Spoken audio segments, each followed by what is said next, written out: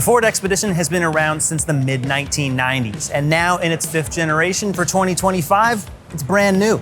Well, almost. It looks like every other Expedition for the last several years. That's because Ford doesn't want to change too much of it. It's a very big vehicle meant for utility, for families, and for people that can spend upwards of $90,000 on a full-size 3-row SUV. Let's go take a look at some of the details. Like before, the new Expedition is massive, so everything has to be oversized. The grille, the headlights, and this new DRL pattern that Ford calls Strongman. If you can picture a big, strong man lifting weights with barbells or something like that, that's what they call the connection of the LEDs from the corners to the bottom of the grille. It's unlike anything else Ford has done before. If you're getting the Stealth package, Ford darkens that blue oval logo. It is an option on certain trims, and if you get the Tremor, you get a completely different grille. It's more off-road focused, and it has built-in accessory lighting to help you light up the trail, or maybe the back road a little easier. The Expedition has its carryover powertrain mostly intact, and by that I mean the 3.5-liter twin-turbo V6 is still here, but the base 380 horsepower tune on those base trims is gone. 400 horsepower is the new minimum.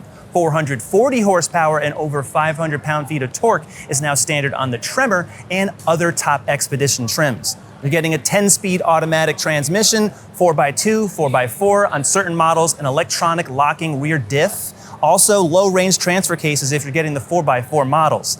Fuel economy is not yet out. It's going to be roughly the same. This is the 2024 model year's numbers, so just have that as comparison. And if you're looking for towing, that has gone up. Max towing is up 400 pounds to 9,600 pounds. And if you're not getting the max towing package, 7,000 pounds, which is also a big increase from last year. Exterior dimensions are essentially unchanged. It's the same massive vehicle you're used to.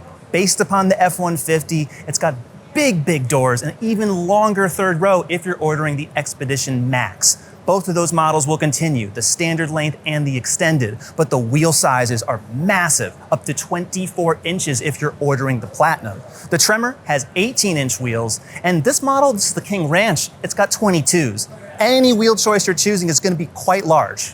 The Tremor replaces the Timberline, but it carries over many of those same off-road components. Special off-road shocks with 10.6 inches of ground clearance, 33-inch all-terrain tires. They're now General Grabber instead of Goodyear Wrangler, and it also adds more skid plates. For example, the transfer case in the fuel tank, and that front skid plate is borrowed off the F-150 Raptor. You're also just getting more style, orange accents, including orange accents on the wheels to let you know where the tire inflators are. That's supposed to be helpful for off-road. Will people be actually doing that?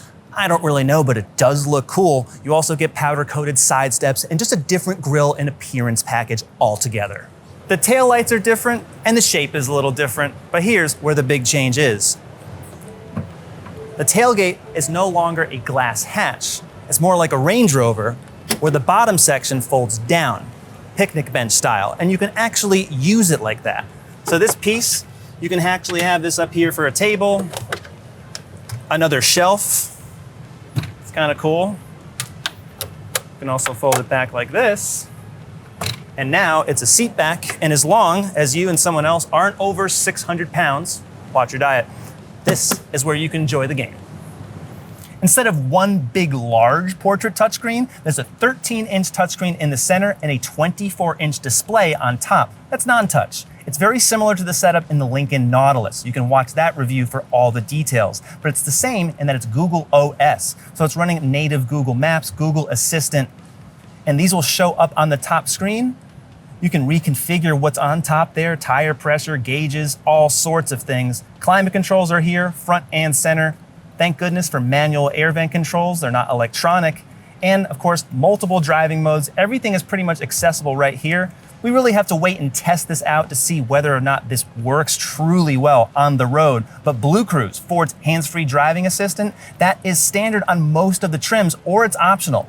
Ford says 90% of Expeditions will have this feature, and you can either activate it at the factory or later at your own choosing. A big change this year, better interior materials. This is the King Ranch, so you're automatically expecting that, but the Expedition inside, the finish, definitely better than before. A lot of SUVs and crossovers have floating consoles where you can put a purse or something else underneath, but everybody can see it. So Ford has now a power sliding console. It goes back 8 inches. You can throw some stuff in here, lock it up. Just hope your battery doesn't go dead, because otherwise you're not getting anything.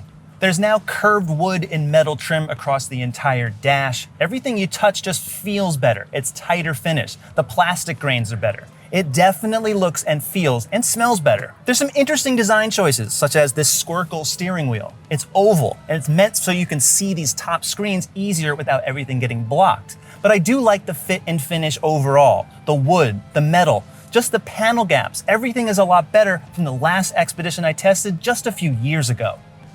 The big change to the Expedition cabin, 40-20-40 split folding seats, not only in the second row, but in the third row. That means you can have extra long objects from the tailgate straight to the front of the truck. Prices for the 2025 Expedition will start at just under 60 grand. For this trim, the Platinum with the Ultimate package, expect it to top $90,000. Everything is going up. Production's gonna start soon. Early 2025, you should be seeing these vehicles on a road near you. Now, what do you think? Is it worth all the changes, all the updates? But would you want its competition? The Toyota Sequoia, Nissan Armada, Chevy Tahoe, GMC Yukon? We've driven every one of those trucks. Watch our reviews, stay tuned for our full review of the Ford Expedition, and we'll see you next time.